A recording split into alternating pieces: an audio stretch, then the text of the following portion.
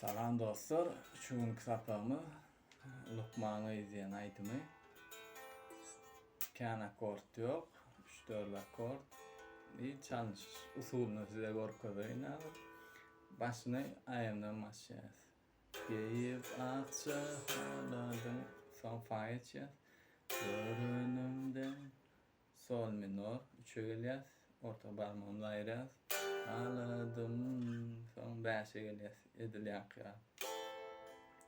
5'ten uzun son aşağı kıtar, tutarım tarlar olup gidiyor. İşe gidip 5'ten tutup ikinci tardan koyacağız. Son üçüncü tardan koyacağız.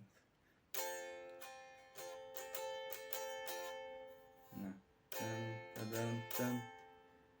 3'ten oldu. Dın. Yine iyice gelir. Geyip kakunu bakın. 1, 2, 3, 4. 1, 2, 3, 4. Geyip akça haladım. Görünümden haladım. Dın. Gülüyor. Do edeceğiz. Gülüyor kimi değme edeceğiz.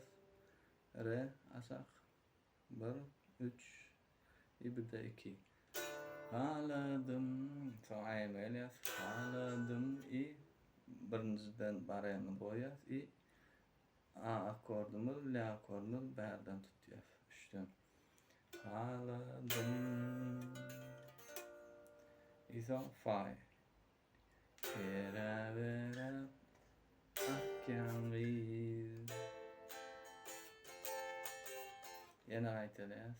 Gülüyor kimi demeyeceğiz. Haladım ayım. Haladım. Haladım. Son fa. Vere akyangiz. İkinci de o kuyarak, bu hakkı olarak yani gönü. Ay Lokman'ı aymayla. İkinci topu açacağız.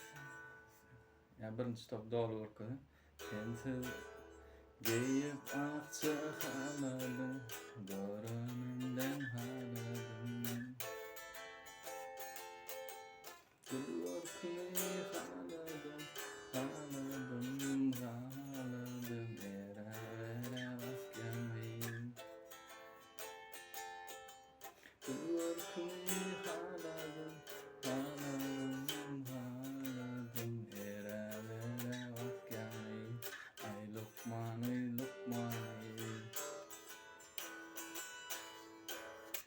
Son kıyın 2 top mengdeş. Edil çungalı. Ayımdan. Sensiz dünyam dar yali. Fayçet. Bir kem dadım dar yali.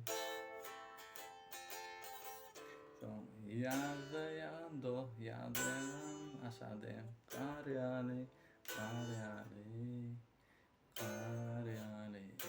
Vere vazgeçmeyin. İzmir şovda.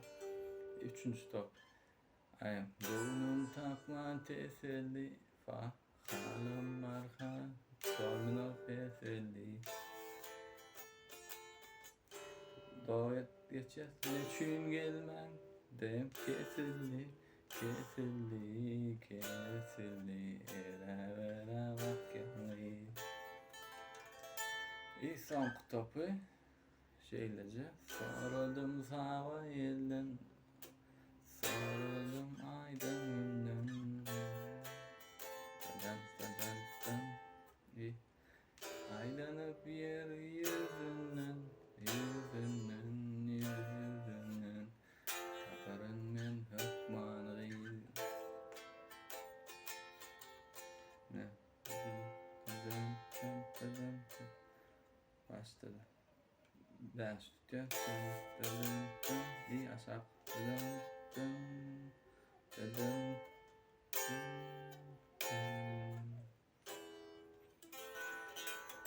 Akortlarını orkadım dostum. İyi öğrenirsiniz bu mideden. En ilk sapakta görüşeceğiz. Sağ olun.